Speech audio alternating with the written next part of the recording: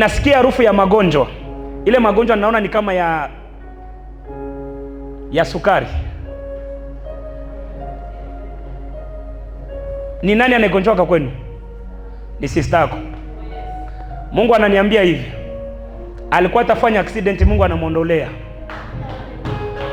Wakati unainua mikono yako juu, ninaona kuna mama moja. Ule mama mimi namuona ni kama amepatikana na shida kwa ndoa yake. Ninaona ni kama kuna mtu naona mnajuana naye, lakini kama kwa ndoa yake ni kama kuna vitu ya kutengana. Hiyo ndoa kumeingia vita.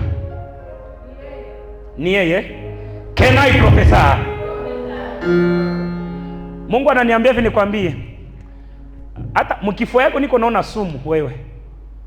Uburozi. Mkifua yako mwele mwili yako. Ninaona kuna wakati wale kupea sumu, wale kuroga wewe. Ndio. Pigezo makofi kwanza.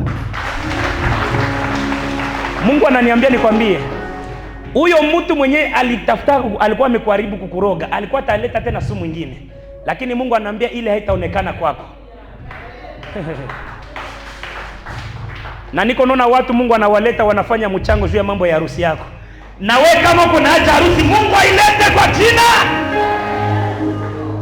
Ninasikia sauti mulimwengu ya kiroho.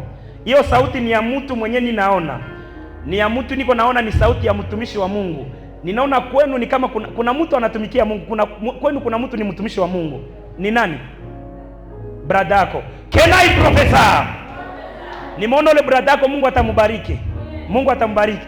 Na mimi namuona si mweusi. Namuona si mweusi. Ninaona yesi mweusi hapana. Ninaona Mungu atamubariki na itakuwa neema sana.